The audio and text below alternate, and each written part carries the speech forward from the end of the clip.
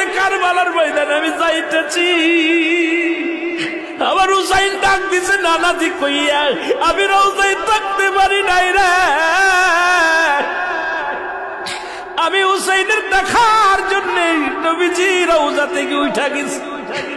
আলেমরা সর ইবনে আব্বাস বলে আমি স্বপ্নের মধ্যে দেখেছিলাম আমার রাসূল ডাক দে বলে, মক্কা মদিনার মানুষেরা রে আর ঘুমাস না, আর তোরা ঘরের মধ্যে থাকিস না। আমি নবীর রওজায় ঘুমাইতে পারি নাই, কান্না সহ্য করতে পারি নাই। ওদিন আমিও ফাতেমার নদীও না আমি সহ্য করতে পারি। আমার হুসাইন যখন ডাক দিয়েছিল নানাজি ইয়া মুহাম্মাদ